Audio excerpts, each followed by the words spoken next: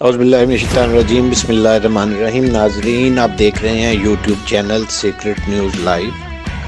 आज एक बहुत अहम खबर लेके आपके सामने आए हैं। तो नाज़रीन, खबर ये है कि लाहौर की रहायशी हमजा की पाकिस्तानी क्रिकेटर बाबर आजम के खिलाफ प्रेस कॉन्फ्रेंस, जिसमें उसने अपने साथ माली जिनसी ज़्यादती को सामने लाने के लिए प्रेस कॉन्फ्रेंस की है। और बाबर आजम के हवाले से उसने कहा कि ये हमारा पड़ोसी, हम एक ही महल्ले में रहते रहे और मेरा स्कूल फेलो है। 2010 में इसने मुझे आकर प्रपोज किया। कुल जो, और अभी आप देख लें कि 2021 आने वाला है, मतलब कुछ 11 साल तकरीबन हो गए हैं जो। और ये इल्ज़ामात उसने बाबर आजम जो उमर अकमल और अदनान अकमल के कज़न भी हैं उन पे लगाए हैं।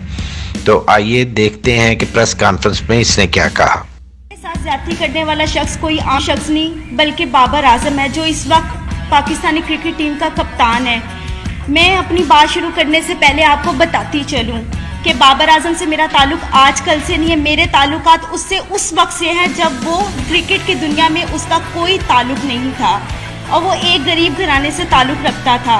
आप तुम सब तमाम सहाफ़ी भाइयों से मेरी रिक्वेस्ट है कि मुझे इंसाफ दिलाया जाए और मैं उम्मीद रखती हूँ कि आप हर हाल में मुझे इंसाफ दिलाएंगे ताकि आइंदा कौम की किसी बेटी के साथ इस तरह की ज़्यादती ना हो जो मेरे साथ हुई है। मेरी रुदात कुछ इस तरह है कि बाबर आजम और मैं, हम एक ही महल्ले में बड़े हुए हैं, इकट्ठे रहते थे और वो मेरा स्कूल फेलो था। स्कूल की वजह से और एक जगह पे रहने की वजह से हम लोगों की बहुत अच्छी दोस्ती थी।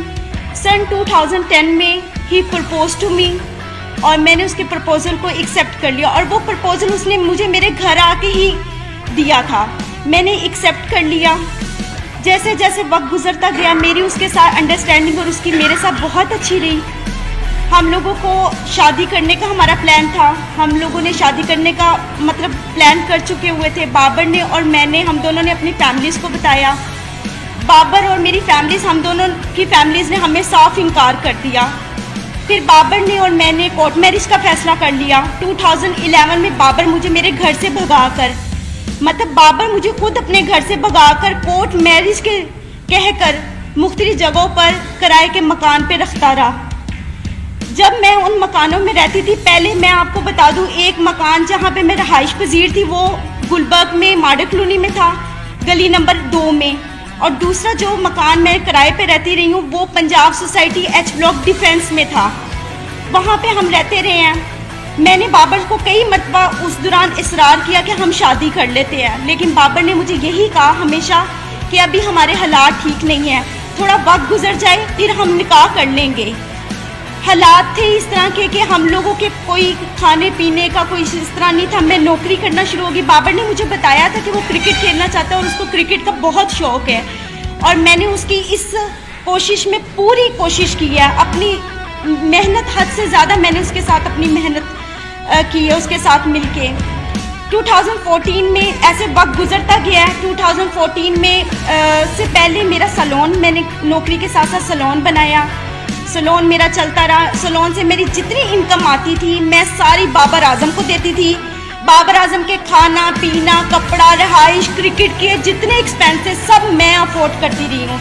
जब वो आउट ऑफ सिटी जाता था वहाँ के जितने एक्सपेंस थे पीसीबी के अलावा वो भी मैं सब उसके अफोर्ड करती रही हूँ। 2014 में जैसे ही पाकिस्तानी टीम में उसका नाम आया, एकदम उसका रवैया थोड़ा समय से आस्ता आस्ता तब्दील होना शुरू हो गया था। मुझे नज़र भी आ रहा था, लेकिन मेरे हालात इस तरह के थे कि मैं अपने घर वापस नहीं जा सकती थी क्योंकि बगावत मैंने भी की थी, बाबर ने भी की थी।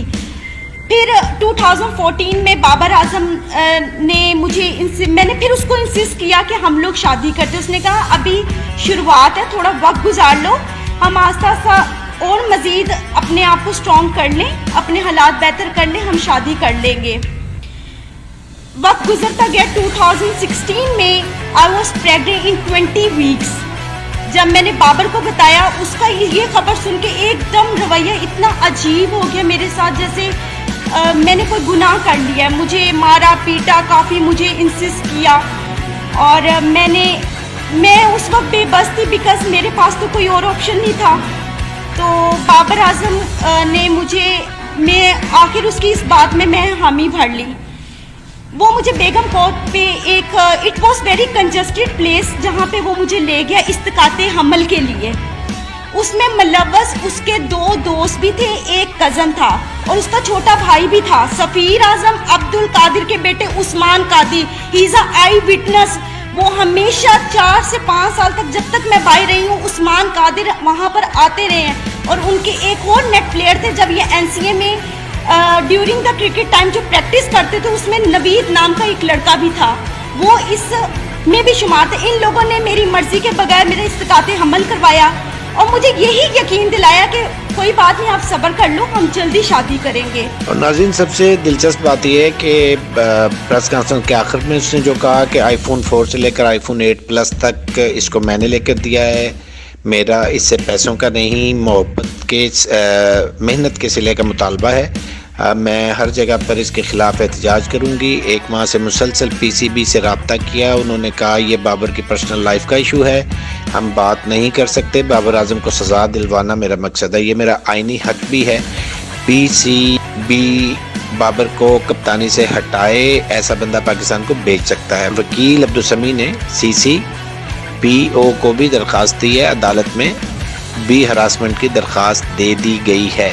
अच्छा, अब ये इन सारी चीज़ों के बाद जो वकील के हवाले से बिल्कुल नई और ताज़ा तरीन जो अपडेट है वो ये है कि उसने अपने वकील के हवाले से हमजा ने ये कहा है कि इमरान खान साहब ने जो नया कानून ज़्यादती करने वाले को नामर्द बनाने का पेश किया है, पास किया है, उसके मुताबिक उसने कहा कि मेरी कोशिश ये है कि मैं बाबर आज़म को नामर्द बनवाऊंगी।